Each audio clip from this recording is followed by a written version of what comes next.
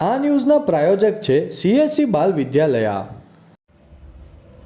વલસાડના રાબડા ગામે લીલીછમ વનરાય અને પ્રકૃતિના અનુપમ સૌંદર્ય વચ્ચે ધરતી પર સ્વર્ગની અનુભૂતિ કરાવતું માં વિશ્વંભરી તીર્થયાત્રા ધામે મહાશિવરાત્રિના પર્વ દિને શિવલિંગની પૂજા અર્ચના કરીને ઉજવણી કરવામાં આવી હતી।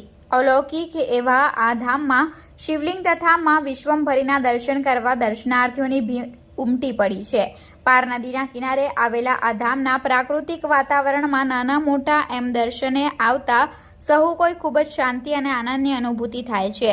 શ્રદ્ધા સાથે સત્યનો સ્વીકાર કરાવવા જ્યાં ખુદ માતા વિશ્વંભરી ચૈતન્ય સ્વરૂપે બિરાજમાન છે તેવા આ ધામની અદ્ભુત રચના ખરેખર પૃથ્વી પર સ્વર્ગલોક સમાન અનુભવ કરાવે છે તેમજ જીવનમાં સાચી શાંતિ સુખાકારી પ્રાપ્ત થાય છે।